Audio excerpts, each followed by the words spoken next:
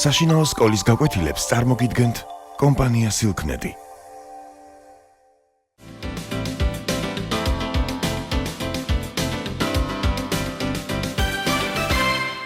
ჩვენი გაკვეთილის თემა დედამიწის კლიმატური სარტყლები.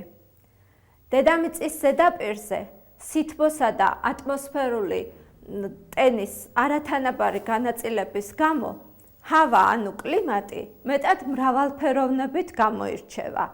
დედამიწის ზედაპირზე ყალიბდება სხვადასხვა კლიმატური სარტყლები და ჰავის ოლქები. მოგეხსენებათ, რომ ტროპიკებს შორის არეალი, ეს გახლავთ ჩრდილო ნახევარსფეროს 23 გრადუსი და სამხრეთ ნახევარსფეროს ასევე 23 გრადუსი, აი ამ ტროპიკებს შორის მოქცეული არეალი იღებს ყველაზე მეტ სითბოს. ეს დამოკიდებულია რა საკვირველია მზის სხივების დახრის კუთხეზე. აი ამ არეალში, ტროპიკებს შორის მოქცეულ არეალში მოგეხსენებათ, რომ მზის სხივების დახრის კუთხე მაქსიმალურია, ამიტომ ეს არეალი იღებს ყველაზე მეტ სითბოს, ხოლო ჰაერი კი მოგეხსენებათ, რომ დედამიწის ზედაპირის გათბობის შედეგად თბება. რაც შეეხება პოლარულ არეალებს, ანუ ეს არის პოლარული წრის მიღმა ტერიტორია. აი ეს პოლარული წრე და ტროპიკები მოგეხსენებათ, რომ რუკაზე და გლობუსზეც მოცემულია წყვეტილი ხაზებით. აი ამ პოლარული წრის მიღმა ტერიტორია კი იმდენად ალმაცერად იღებს მზის სხივებს, რომ აქ მთელი წლის განმავლობაში დაბალი ტემპერატურა ყალიბდება. ყველაზე უმთავრესი სწორედ გახლავთ აი ეს სითბოს განაწილება და აი ამ ტემპერატურული რეჟიმის განსხვავებულობის მიხედვით, ასევე ტენიანობის განსხვავებულობის მიხედვით დედამიწის ზედაპირზე 13 კლიმატური სარტყელი გამოიყოფა. აქედან 7 გახლავთ ძირითადი კლიმატური სარტყელი, ხოლო 6 გარდამავალი. ძირითადი კლიმატური სარტყლებია ეკვატორული კლიმატური სარტყელი, რომელიც აი როგორც ხედავთ თქვენ რუკაზე, ერთიან მთლიან ზოლს არ ქმნის, არამედ აი ესე ნაწილებად არის წარმოდგენილი მთელ დედამიწის ზედაპირზე. იგი ეკვატორთან მეტად ახლოს არის განლაგებული და აი ესეთ მხოლოდ გარკვეულ უბნებზე არის წარმოდგენილი ეკვატორული კლიმატური სარტყელი. შემდეგ ამას მოყვება ძირითადი კლიმატური სარტყელი. ეს გახლავთ ტროპიკული და ტროპიკული კლიმატური სარტყელი გვაქვს ორი, ერთი ჩრდილო ნახევარსფეროში. ჩრდილო ნახევარსფეროში ტროპიკული კლიმატური სარტყელი გაწყვეტილია და მთლიან ზოლს არ ქმნის, ხოლო სამხრეთ ნახევარსფეროში ტროპიკული კლიმატური სარტყელი აი წარმოდგენილია ერთიანი მთლიანი ზოლის სახით. შემდგომ ამას მოყვება ძირითადი კლიმატური სარტყელი, ზომიერი კლიმატური სარტყელი, აი რომელიც ჩვენს რუკაზე მომწვანო შეფერილობით არის წარმოდგენილი, ხოლო პოლუსებთან ახლოს პოლარულ არეალში წარმოდგენილი გვაქვს ასევე ძირითადი არქტიკული და სამხრეთში ანტარქტიკული კლიმატური სარტყლები. ეს გახლავთ 7 ძირითადი კლიმატური სარტყელი. მათ შორის გარდამავალი კლიმატური სარტყლები დასახელებაში წინ დაიმატებს სუფიქსს sub, რაც თავისთავად ლათინურ ენაში გარდამავალს ნიშნავს და ატარებს იგივე კლიმატური სარტყლების სახელწოდებას, ოღონდ წინ სუფიქსით sub. ეს გახლავთ სუბეკვატორული კლიმატური სარტყელი.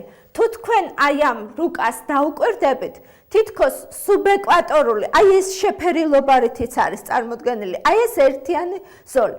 თითქოს სუბეკვატორული კლიმატური სარტყელი ერთიან მთლიან ზოლს ქმნის მთელი დედამიწის ზედაპირზე, მაგრამ ჩვენ მას განვიხილავთ მაინც ეკვატორის შემდგომ კლიმატურ სარტყლად, როგორც ჩრდილოეთში, ასევე სამხრეთში და ამიტომ ამ სუბეკვატორული კლიმატური სარტყლის რაოდენობაც 2 გახლავთ. ანუ 2 გვაქვს ჩრდილოური სუბეკვატორული და სამხრეთის სუბეკვატორული კლიმატური სარტყელი.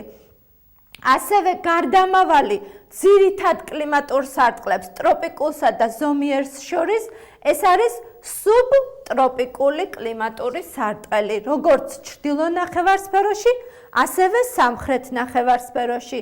გარდამავალი ზომიერსა და არქტიკულს შორის გახლავთ სუბარქტიკული კლიმატური სარტყელი, ხოლო სამხრეთ ნახევარსფეროში გარდამავალი კლიმატური სარტყელი არის სუბანტარქტიკული კლიმატური სარტყელი წარმოდგენილი. დავახასიათოთ ძირითადი კლიმატური სარტყლები. ეკვატორული კლიმატური სარტყელი ეკვატორთან ახლო მდებარე ტერიტორიებს მოიცავს, იღებს რა მზის სხივადი ენერგიის მაქსიმალურ რაოდენობას. ეს კლიმატური სარტყელი ხასიათდება მთელი წლის განმავლობაში მაღალი ტემპერატურით. აქ ძირითადად ეკვატორული ჰაერის მასებია გაბატონებული, მაღალი ტემპერატურის გამო ატმოსფერული წნევა გახლავთ შედარებით უფრო დაბალი და ჰაერის მასების აღმავა დინებასთან გვაქვს საქმე, რაც იწვევს დიდი რაოდენობით ატმოსფერული ნალექების მოსვლას, განსაკუთრებით თითქმის ყოველდღიურ წვიმებთან გვაქვს საქმე, განსაკუთრებით დღის მეორე ნახევარში.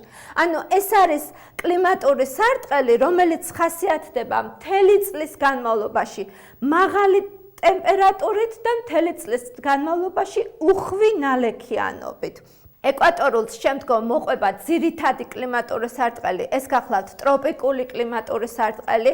ტროპიკული კლიმატური სარტყელი ხასიათდება ტროპიკული ჰაერის მასების გავრცელებით, აქ შედარებით უფრო მაღალია ატმოსფერული წნევა, ეს და აქ ყალიბდება 30 გრადუსიანი პარალელებიდან. მოგეხსენებათ, რომ ეკვატორისკენ მუდმივად ქრის, მუდმივად ფქროლავი ქარები წარმოიშობა, რომელსაც პასატები ეწოდება.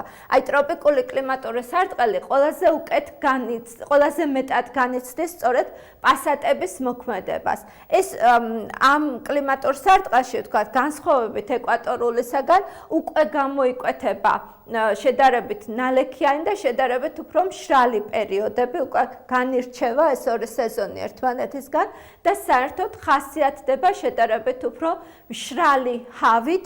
ამიტომაც ტროპიკულ კლიმატურ სარტყელში, როგორც ჩრდილოეთში, ასევე სამხრეთ ნახევარსფეროში, გვაქვს წარმოდგენილი უდაბნოებისა და ნახევარუდაბნოების ზონა. შემდგომი კლიმატური სარტყელი, რომელიც ჩვენ უნდა დავახასიათოთ, ძირითადი კლიმატური სარტყელი ხაზს უსვამთ, ეს გახლავთ ზომიერი კლიმატური სარტყელი. იგი საკმაოდ ფართეზოლით არის წარმოდგენილი როგორც ჩრდილოეთ, ასევე სამხრეთ ნახევარსფეროში. თქვენ თუ დაუკვირდებით ამ რუკას, ეს განედური ზონალობის მაჩვენებელია, მაგრამ ზუსტად განედებს არ ემთხვევა, ხო? რასაკვირველია, იმიტომ რომ აქ გათვალისწინებულია ზღვებისა და ოკეანეების გავლენა და ასევე გათვალისწინებულია ქვეფენილი ზედაპირის ხასიათი, ანუ რელიეფი, დედამიწის ზედაპირის უსწორმასწორობებიც. აი ზომიერ კლიმატური სარტყელში ყალიბდება ზომიერი ჰაერის მასები, აქ დასავლეთის ქარების გავლენასთან გვაქვს საქმე. ზომიერი კლიმატური სარტყელი უკვე გამოირჩევა ზენიტური მდებარეობის განსხვავებულობით, მეტად სხვადასხვა სეზონების მიხედვით, აქ უკვე მკვეთრად ჩანს და შესაბამისად აქ წელიწადის სეზონებიც უფრო მკვეთრად არის უკვე გამოხატული.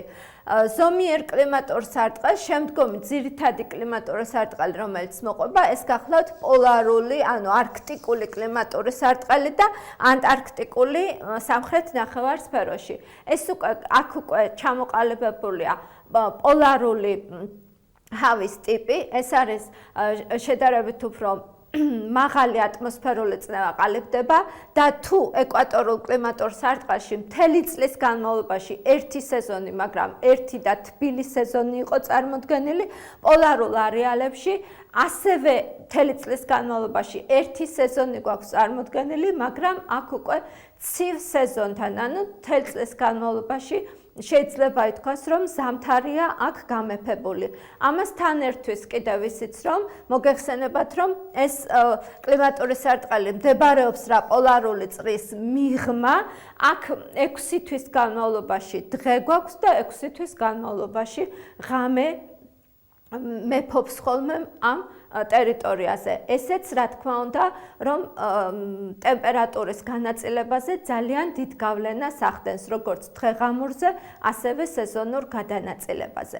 ჩვენ ამ დახასიათების დროს თითქოს გამოვტოვეთ გარდამავალი კლიმატური სარტყლები. ეს ასე არ გახლავთ, ეხლა აგიხსნით რატომაც.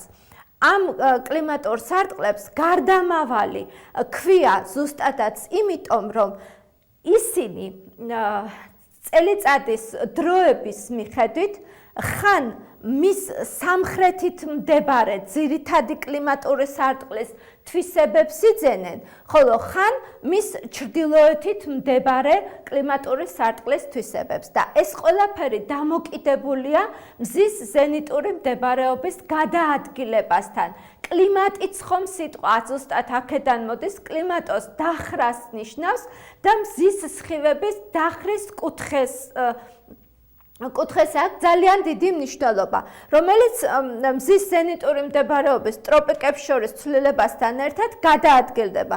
მოგეხსენებათ, რომ ეკვატორზე მზე ზენიტში იმყოფება წელიწადში ორჯერ, ეს ხდება გაზაფხულისა და შემოდგომის ბუნიობის დღეებში 21 მარტსა და 23 სექტემბერს, ხოლო შემდგომ ხდება ჩრდილო ნახევარსფეროში გადმოადგილება და ჩრდილო ტროპიკზე მზე ზენიტში იმყოფება რა ზაფხულის ნაბუნიობისას, აი ამ გადაადგილებასთან ერთად აი ესე თითქოს გაყვა მას ეს კლიმატური სარტყლებიც და იძენს მის უფრო სამხრეთით მდებარე კლიმატური სარტყლის თვისებებს. ანუ აი ამ გადაადგილებასთან თანხვედრილად თქვათ, ავიღოთ აი სუბეკვატორული კლიმატური სარტყელი შეიძენს ეკვატორის თვისებებს, სუბტროპიკული კლიმატური სარტყელი შეიძენს ტროპიკულის თვისებებს, სუბარქტიკული ზომიერისას.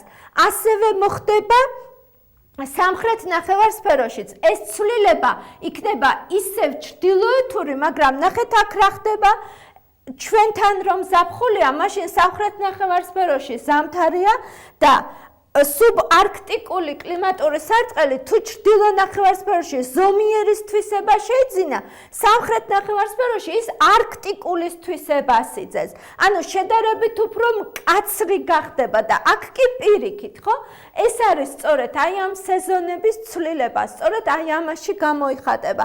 რაც შეეხება ვთქვათ სუბტროპიკულ კლიმატურ სარტყელს, თუ ჩრდილო ნახევარსფეროში ტროპიკულის თვისება შეიძინა, აქ ზომიერის თვისებას შეიძენს და ასევე ამის საპირისპირო სურათი გვექნება ზამთრის ნაბუნიობის შემთხვევაში, როდესაც მზის ზენიტური მდებარეობა გადაადგილდება უკვე სამხრეთ ტროპიკისაკენ და ასევე მოხდება ახლა უკვე სამხრეთით აი ამ გარდამავალი კლიმატური სარტყლებისთვის ჰავის ტიპის ცვლილება. ხან ჩრდილოეთური, მეზობელი ჩრდილოეთური ძირითადი სარტყლის თვისებას იძენს, ხან მეზობელი სამხრეთული ძირითადი სარტყლის თვისებას. ანუ ამ ყველაფრის მიღმა ეს იყო კლიმატური სარტყლები, ძირითადი სარტყლები. თითოეულ სარტყელში კიდევ გამოიყოფა ჰავის ოლქები და ქვეოლქები, რაც დამოკიდებულია ზღვებთან და ოკეანეებთან სიახლოვეზე, დამოკიდებულია დედამიწის ზედაპირის უსწორმასწორობებზე. აი ავიღოთ მაგალითად სუბტროპიკული კლიმატური სარტყელი. თქვენ ხედავთ, აი კადრში უფრო ახლოს ნახავთ, რომ გამოყოფილია მასზე, ვთქვათ, ავიღოთ აი ჩრდილო ამერიკის კონტინენტი, სადაც ამ სუბტროპიკულ კლიმატურ სარტყელში სამი სხვადასხვა ოლქი გაქვთ წარმოდგენილი ერთი კონტინენტის ფარგლებში. რასაკვირველია, რომ შიდა ზოლში, რაც უფრო შორდებით ოკეანეებს, ჰავა თანდათან უფრო კონტინენტური ხდება, ხოლო ოკეანეებთან ახლოს ზღვის გავლენა დიდია და ზღვიური ჰავის ტიპი ყალიბდება. ზღვიური ჰავისათვის დამახასიათებელია შედარებით უფრო არამკაცრი ჰავა, ხოლო კონტინენტურისათვის უფრო მკვეთრად გამოხატული თქვათ ცხელი ზაფხულითა და ასევე ძალიან მკაცრი და ცივი ზამთრის ზამთრით ვთქვათ, აი ზომიერ კლიმატურ სარტყელშიც ასევე გახლავთ კონტინენტური ჰავის ტიპია, შიდა კონტინენტურ არეალებში წარმოდგენილი, აქაც ასევე ევრაზიის კონტინენტზე, როგორც სუბტროპიკულ კლიმატურ სარტყელში, ასევე ზომიერში. ხოლო რაც შეეხება ოკეანეებთან სიახლოვეს, ამ ოკეანეებთან სიახლოვეში ერთ შემთხვევაში ატლანტის ოკეანის გავლენა არის წარმოდგენილი და მეორე შემთხვევაში წყნარი ოკეანის გავლენა. აი ხლა ჩვენ ამ ჩვენს რუკას ასევე ახლავს ყველა რუკას, როგორც ახლავს ჩარჩოს მიღმა, რუკის ლეგენდა, ანუ პირობითი აღნიშნების ერთობლება, სადაც აი ამ ჰავის ტიპების დახასიათებაა თითოეული სამოცემული, რომელიც მოგეხმარებათ თქვენ რუკის წაკითხვისთვის და რუკის შინაარსის უკეთ აღქმისთვის. აი თქვენ ნახავთ, თქვათ, აი ამ სუბტროპიკულ კლიმატურ არეალში 4A, 4B და 4G. აი ეს ქვეოლქებია გამოყოფილი, რომელიც შესაბამისად ჩვენ ძალიან ნათლად მიგვითითებს, რომ 4A ეს არისო კონტინენტური ჰავის ოლქი, რომელიც აქ არის წარმოდგენილი, 4B ეს გახლავთ მუსონური ჰავის ოლქი წარმოდგენილი, ხოლო 4G ეს გახლავთ, ხოლო 4B ხმელთაშუა ზღვიური ჰავის ოლქის გავლენა. ანუ წყნარი ოკეანის გავლენით აი აქ ყალიბდება ხმელთაშუა ზღვიურთან მიახლოვებული, ანუ ის რაც თქვათ აი აქ არის ჰავის ოლქი წარმოდგენილი. ეს არის ჩვენი კლიმატური სარტყლებისა და ჰავის ოლქების მოკლე დახასიათება. მე კიდევ შეგახსენებთ, რომ დედამიწის ზედაპირზე 13 კლიმატური სარტყელია წარმოდგენილი, 7 ძირითადი, ეკვატორული, 2 ტროპიკული, 2 ზომიერი და 2 პოლარული, არქტიკული და ანტარქტიკული და 6 გარდამავალი კლიმატური სარტყელი, 2 სუბეკვატორული, 2 სუბტროპიკული, 1 სუბარქტიკული და 1 სუბანტარქტიკული კლიმატური სარტყლები. ამდენად ჩვენი გაკვეთილი ამოწურულია. დიდ მადლობას მოგახსენებთ ყურადღებისთვის.